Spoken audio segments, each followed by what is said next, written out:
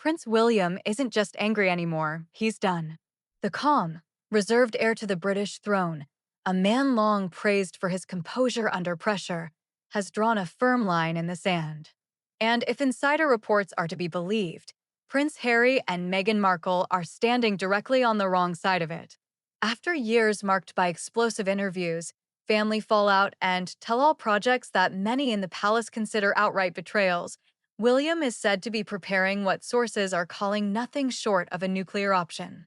A response so fierce that Harry himself is bracing for impact. So, what's allegedly on the table? According to multiple outlets, when William becomes king, he is prepared to permanently strip the Sussexes of their royal titles. Not a slap on the wrist. Not a polite disinvitation from palace events. We're talking full-on exile from royal structure. No more Duke and Duchess of Sussex. No lingering His Royal Highness. Wiped fully from the record as active royals. If true, it would be one of the most dramatic internal purges in modern royal history. And sources insist William has already made up his mind. In William's eyes, the damage isn't only political, it's personal. What Harry did after stepping down is what broke trust forever. The Oprah interview, the Netflix docuseries, the memoir spare. Each one carried both subtle and scathing jabs at the family. And every new revelation put more strain on the institution and more fire on William's shoulders. Most painfully, William has reportedly never forgiven the toll that Meghan and Harry's media campaigns took on Catherine, the Princess of Wales. Catherine endured endless public scrutiny and stress every time a new allegation against the monarchy surfaced. William has carried the bitterness of watching his wife, who never lashed out publicly, absorb the fallout of his brother's words. The tipping point, many believe, came after Spare was released. The book detailed private childhood fights, accused William of cruelty, painted him as cold and domineering. William, blindsided, saw it as the ultimate family betrayal. According to friends, it wasn't just brothers bickering. It was airing wounds that should have stayed sacred. Then came Harry's recent quick trip to see King Charles.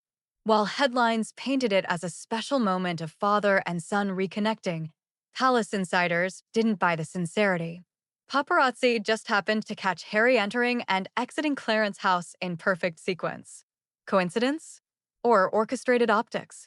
One thing was certain, William didn't show. No coffee. No handshake. Not even a quick appearance to suggest civility. Observers agree this was deliberate. If William had wanted to see Harry, he would have. His absence spoke volumes.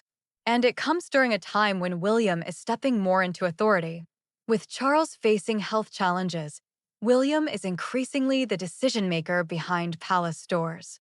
One aide described him as the disciplinarian of the family, comparing his new role to that once played by Prince Philip. If that analogy is true, then William's word may soon carry nearly absolute weight. And his word, insiders say, is centered on excising Harry and Meghan once and for all. But here's the thing, this isn't only about punishment. It's about preservation. To William, the Sussexes have done critical harm to the monarchy's reputation. Their interviews painted the institution as cold, out of touch, and even racist. Meanwhile, William and Catherine were left silent, absorbing the fallout without public defense. That silence was dignity for some, but torture for William. Now his focus is singular, protecting the crown at all costs. And if that means cutting off his own brother and sister-in-law as a warning to others, he's prepared. And if the whispers are accurate, the measures William is exploring aren't symbolic gestures. They could restructure how the monarchy defines itself in the 21st century. So, how does this nuclear plan look in practice? Insiders lay out a two-stage strategy. Step 1. Strip the Sussexes of their titles. Remove Duke and Duchess. Remove His Royal Highness. The public message will be unmistakable. They walked away, and there's no path back. Step 2. Push for the unprecedented, revoking the Sussex dukedom entirely. Not just style, not just courtesy, but full legal removal of the title. That would send shockwaves through the Commonwealth, as dukedoms are formal, state-sanctioned honors. Removing one is not gossip. It is history. and reports suggest that groundwork is already being studied. Palace legal advisors have been quietly examining precedent for stripping titles. William is clearly aware that such moves can't be a matter of personal feud. They must be grounded in constitutional legitimacy. That tells us just how serious this plan is. Analysts agree the memoir was the ultimate catalyst. It wasn't just family frustrations vented in print. It broke the sacred royal code of silence. Harry didn't just hint at private rows, he cataloged them. He painted William as violent, at one point suggesting a physical scuffle. He painted Charles as cold. He portrayed the family dynamic as heartless. For William, there was no coming back from that. Not after watching Catherine endure the fallout and not after seeing global headlines brand them the villains. Add to that the infamous Oprah interview. Meghan's claim that a senior royal raised concerns about Archie's skin tone detonated globally. UK headlines branded the Windsors racist. International outlets piled on. And at first, Harry allowed the perception to spiral. Only much later, during the book tour, did he try to soften the blow by reframing it as unconscious bias. By then, the reputation damage was complete. And who had to clean it up? William. Remember the rare moment he broke his silence, telling waiting reporters, "We are very much not a racist family." For William, that public ambush was humiliating. He had no control. He had no protection. And the frustration of being left carrying the family honor while his brother reaped headlines has burned ever since. Fast forward to Harry's latest visit. Flanked by cameras, protected by security, walking publicly into Clarence's house. Critics noted the timing. Supporters said it showed Harry's willingness to reconnect. Insiders whispered it looked more like wartime PR, reconciliation staged for optics, not reality. And William's response? Silence. A deliberate refusal to meet. For him, fake reunions are worse than none at all. He believes trust cannot come from choreographed moments captured on TV cameras. It requires private accountability first. Here's what sources stress. This isn't vengeful rage. William isn't pacing halls red-faced. In fact, those who have seen him describe him as coldly focused. A man determined to protect his institution without flinching. The monarchy is not a family club to him. It is a symbol of national identity. It's why he's already reorganizing royal structures, reducing who counts as senior, streamlining events, increasingly centering the firm's image on himself, Catherine, and their children. He is laying out the visual rollout of the next era, a monarchy that looks youthful, scandal-free, lean, focused. And in that vision, there's no space for Harry and Meghan's brand of Hollywood drama. Which is why William adopting Philip's no-nonsense style makes sense. He wants to enforce discipline, not sentimentality. And if that means historic title removals, he appears ready to pull that trigger. Public perception is shifting too. Once viewed as underdogs, Harry and Meghan's endless cycle of interviews and contradictions has eroded sympathy. Audiences who once cheered their independence now raise eyebrows at what looks like constant self-promotion. Meanwhile, William's image has sharpened. Stoic, dignified, silent when baited. For many Britons, he increasingly represents stability in contrast to Harry's volatility. Royal commentators say William has already started reforming his circle, surrounding himself with a loyal core of advisors who understand the new battlefield is headlines, not coronations. It's narrative control, not cavalry charge. And by that measure, William is fighting to take control of the crown's image back from the Sussex machine.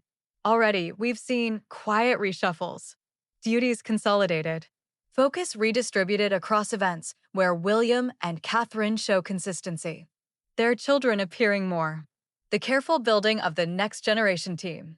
The Sussexes? Absent from it all.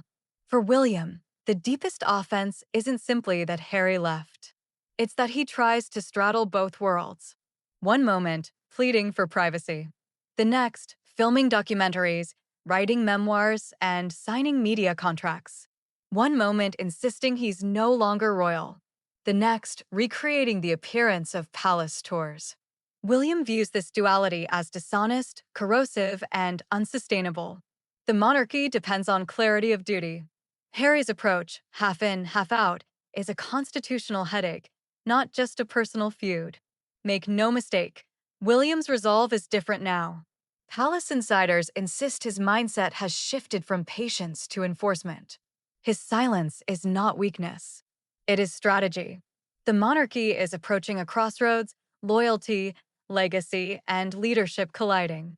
And when William inherits the throne, he doesn't want to be seen as a caretaker. He wants to be remembered as the one who saved the crown. If that requires decisive cuts, even against his brother, sources say he is prepared. Polls already show less support for Harry and Meghan in the UK compared with when they first left. Exhaustion has set in. Each new interview creates eye-rolling more than shock. For the working royals who kept calm and carried on, sympathy is waning. William, on the other hand, has stepped into more visibility, carefully cultivating the image of dedication. He is increasingly cast as the heir who won't compromise the throne's dignity. The looming question, does this start and end with stripping the Sussexes of titles? Or is this just one element of a much wider reset? Some wonder if William's ultimate aim is a monarchy remade in his image, stripped down, disciplined, dramatically slimmed. If so, removing Harry and Meghan would simply be chapter one of a larger project, recentering the monarchy as youthful, scandal-free, and functional. One insider's phrase lingers: William is cold steel, determined, not ruled by anger, but guided by principle. That principle? The crown is bigger than any one man, even his own brother. And if accountability never comes? William, insiders swear, has already made peace with a future where Harry and Meghan are outsiders forever. So, is this William's final stand? Has the quiet heir turned into a steel disciplinarian ready to exile his own blood to save the monarchy? One thing is certain: when William wears the crown, he will also inherit the chaos left behind. And from all signs, he's preparing to clean house. What do you think? Should William strip titles for good, or is there still room for reconciliation? Leave your take below, hit like if this royal fallout shocked you, and subscribe for more unfiltered coverage of the monarchy's most explosive chapter yet.